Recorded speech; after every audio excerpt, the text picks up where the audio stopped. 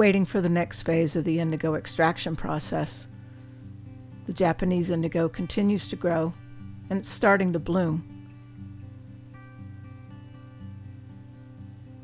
The Japanese indigo is blooming, and the tropical indigo, it's blooming as well. But now it's time for the next phase, draining off that liquid. The indigo pigment is settling in the bottom, but it takes time and patience.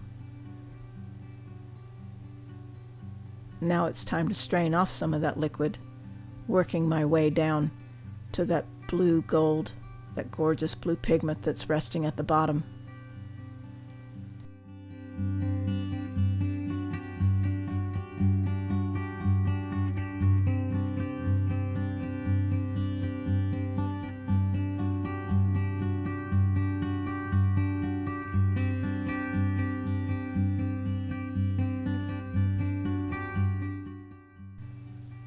And each time I strain off liquid, I get closer to that blue pigment.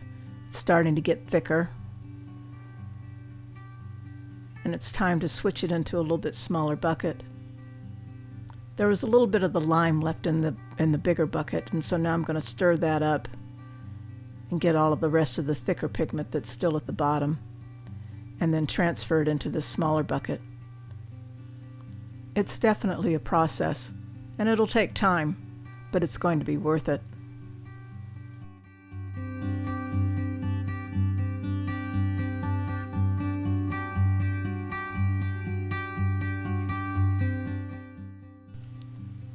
Next round, a little bit more liquid to siphon off, and this time I'm going to work into switching it over into this more translucent bucket. You'll see that it'll be easier to see the pigment and see how that pigment, oh, look at that. I have to be really careful though, because I don't want the pigment to get mixed in. It's very easy to get it all mixed up. But see, in that translucent bucket, it's easy now to see how much liquid I've got to drain off.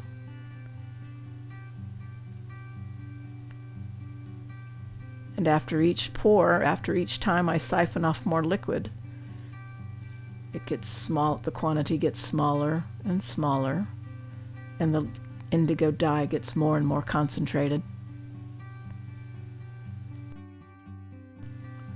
Not too much liquid that time, but, like I said, I'm getting closer and closer.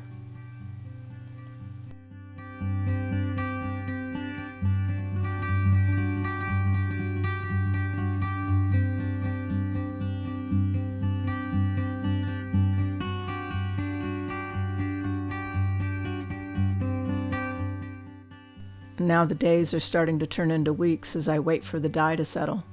The temperature's changing. It's starting to get a little bit cooler. Time to layer up. Time to drain off a little bit more tea-colored liquid.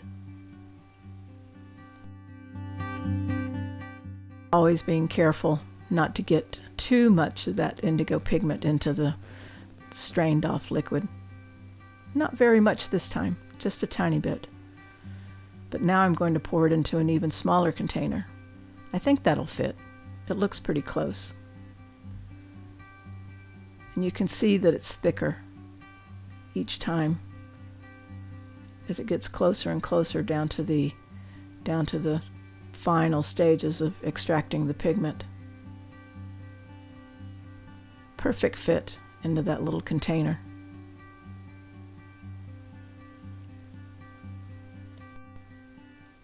Almost there. So close. Hello again, and welcome back to my garden, and what a difference a few days makes. It's the first full day of fall, which is it's chilly and crisp and just a gorgeous morning here, and I think it's a perfect day to just calling into this particular extraction on the indigo, and I think I'm going to call it done. I'm hopefully going to draw off a little bit more water, and then I'm going to just pour up what's there. I don't think I'm going to, we'll see, hopefully it's going to, I have a quart jar, so hopefully that's going to fit into, so what I have left is going to just fit nicely into that quart jar, and then I'm just going to leave that, and that's what I'm going to start my iron indigo vat with, and my intention is to start that next week. And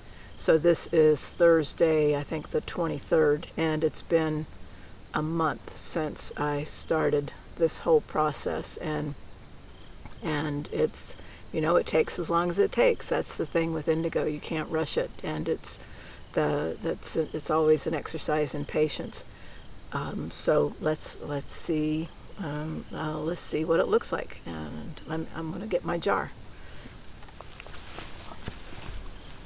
Okay, so pretty fun that this jar is something that we dug out of our creek here, and I managed to clean it up. The lid, of course, is new, but I tried to get most of the iron stains off of the jar, but it's pretty much stained, and I think it'll be a really nice jar for indigo. Let's see if it's going to fit.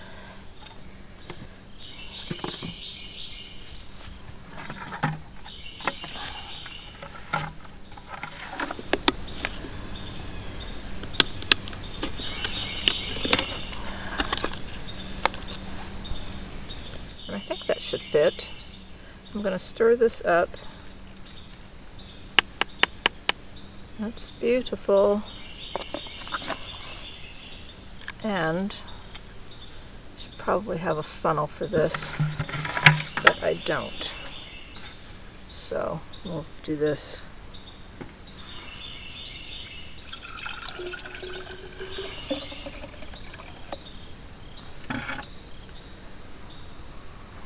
Don't want to drop that.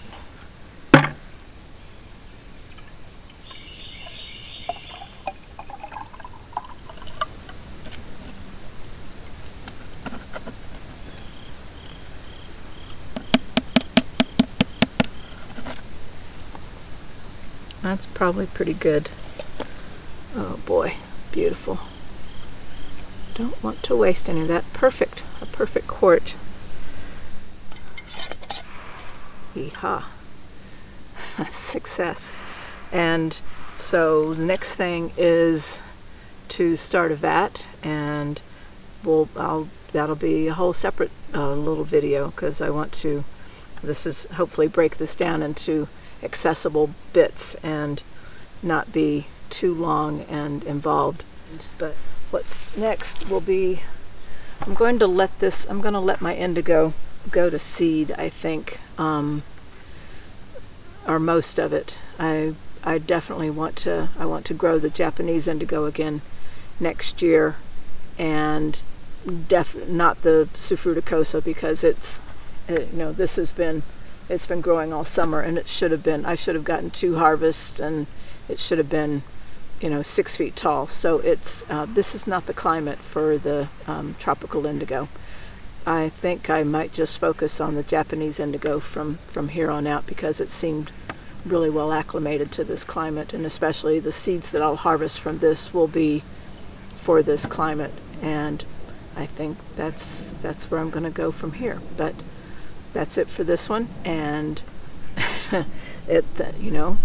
we'll just keep on keeping on going, and thanks so much for following along. Take care. Bye.